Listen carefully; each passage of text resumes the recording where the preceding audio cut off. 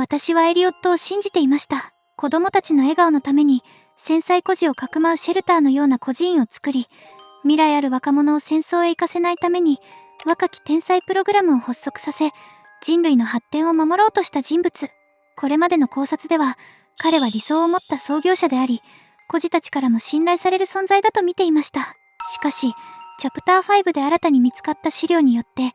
その聖人像は大きく揺らぎます。プレイタイム社で起こっていた非人道的実験。その発端は、ソーヤーではなく、エリオット自身にあった可能性が浮上しました。今回は、そんなエリオットの実像に迫ります。エリオットの実験。まず、新たに発見されたレースピエールの日記から、事実関係を整理します。エリオットの死体が発見されたのは、セオドア事件の後、ポピーを生み出したのはエリオット。その被験体となったのは、亡くなった実の娘ポピー・ルートビヒ。実験体番号は1007。さらに、実験体814のラット実験を行っていたのもエリオットでした。そして、一連の実験が原因でエリオットが死亡した可能性も示唆されています。ここで最も重要なのは、この段階ではレースが実験の詳細を何も把握していなかったという点です。異変を感じ取ったレースは、探偵ジェラード・ロックハートに調査を依頼します。そこで浮かび上がったのが、おもちゃ巨大化計画の前身とも考えられる実験814の存在でした。公式ストーリーブックでは、プレストンこと PW がエリオットのオフィスについて違和感を抱いています。大企業の CEO にしてはあまりにも狭いオフィス。それは単なる質素さではなく、外部に知られたくない研究を行うための隠れオフィスだった可能性があります。状況から判断すると、事態はすでにレースの手には負えず、最終的にソーヤー博士へと託されたと考えられます。つまりエリオットは、真相を誰にも明かさないまま、プロトタイプとポピーという存在だけを残して死亡したことになります。エリオットは悪なのか？では、ポピーやプロトタイプはどのようにして生み出されたのでしょうか？その手がかりとなるのが、エリオットとプロトタイプのテープです。このテープから読み取れるのは、エリオットが亡くなった娘ポピーを取り戻すため、失敗を避ける目的で、まず試作段階として養子であるオリバーを被験体にした可能性です。英語版では、エリオットの、ああ、我が子よという呼びかけに対し、やめて、そんな風に呼ぶ資格はない、と返されています。このやりとりから、二人の間に親子関係があったことはほぼ確実です。年齢差を考慮すれば、実子ではなく養子だったと考えるのが自然でしょう。さらに、オーリーはポピーが実験によって誕生した場合、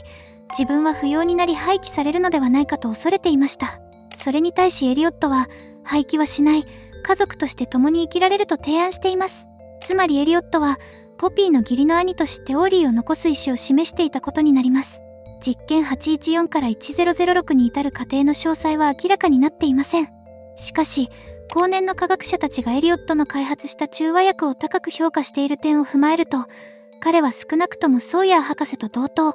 あるいはそれ以上の技術を持っていた可能性があります。ルートビヒ博士と呼ばれていたことからも、プレイタイム社設立以前は研究者だった可能性が浮かび上がります。ただし、ここで重要なのは能力の高さではありません。どのような理由があったとしても、子供を被験体として扱ったという事実は変わらないという点です。娘を取り戻すという動機があったとしても、その過程で養子を実験台にしたのであれば、それは倫理を踏み越えた行為です。ここから見えてくるのは、最初から怪物だった人物ではなく、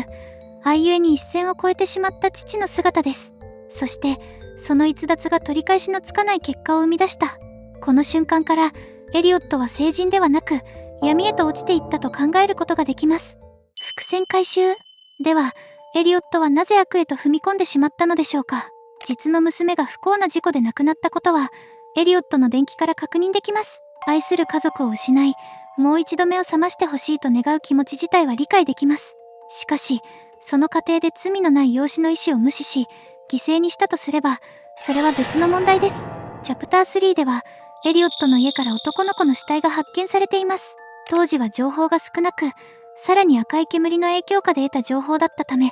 重要視していませんでした。しかし現在は状況が変わりました。犠牲となった男の子がオーリーである可能性、時系列がラット実験後であること、骨が抜かれていたという事実、VHS、人間の育て方で若い子供の骨が必要だと示唆されていること、これらを総合すると、ラジオの情報は単なる幻覚ではなく、事実である可能性が高まります。ただし、ここも断定ではありません。最も整合性が高い仮説として、エリオットが養子オーリーの遺体から骨を抜き取り、それをポピー実験に利用した可能性があるという段階です。さらに、アンバー氏の過去のアートワークでは、アダムの想像を想起させる構図が描かれていました。もし1006がアダム、そして次の番号1007がアダムの骨から生まれたイブだとするなら、それは旧約聖書の創世記をモチーフにしている可能性があります。象徴構造としては非常に美しい。しかし同時に、それは恐ろしく残酷な構造でもあります。これまでエリオットの死の詳細は明確に描かれていませんでした。しかしセオドア事件後、彼はプレーケア地下で死体として発見されています。この点から推測すると、彼を殺したのはプロトタイプ、すなわちオーリーである可能性が高いでしょう。もしそうなら、それは怪物の暴走ではなく、歪んだ想像に対する報復とも読めます。ARG ではフランケンシュタインの怪物を想起させる示唆も存在します。エリオットがビクター博士の立場であり、プロトタイプが創造された怪物であるという構図。生み出した存在に殺される創造主。この連鎖が、やがて喜びの時間へとつながったのだとすれば、物語としては一本の線になります。いつから狂人となった？では、エリオットは元から狂っていたのでしょうか？私は、その答えはノーだと考えます。彼は本気で孤児たちの未来を考え、子供たちの笑顔を守ろうとしていたはずです。プレイケアを設立し、若き天才プログラムを発足させた行動は、単なる偽装とは思えません。実際にライリーはエリオットに感謝し、憧れを抱いています。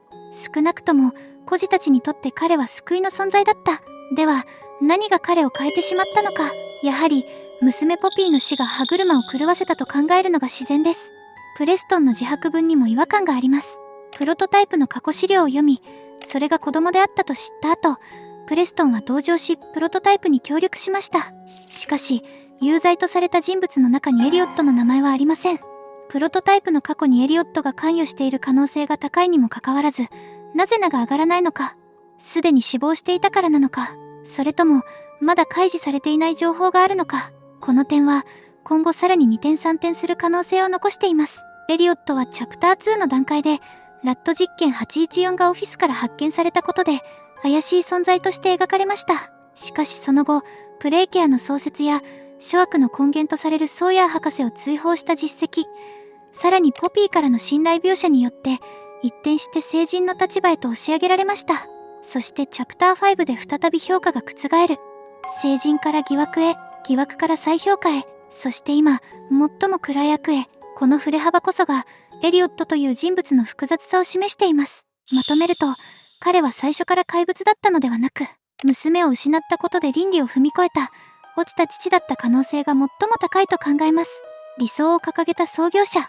孤児たちにとっての希望、それでも一人の父としては、愛を制御できなかった。もしそうだとするなら、怪物を生み出したのは狂気ではなく、歪んだ愛だったのかもしれません。本当の怪物は誰だったのか、その答えは、まだ完全には示されていないと言えるでしょう。今回の動画が参考になったら、チャンネル登録と高評価をお願いします。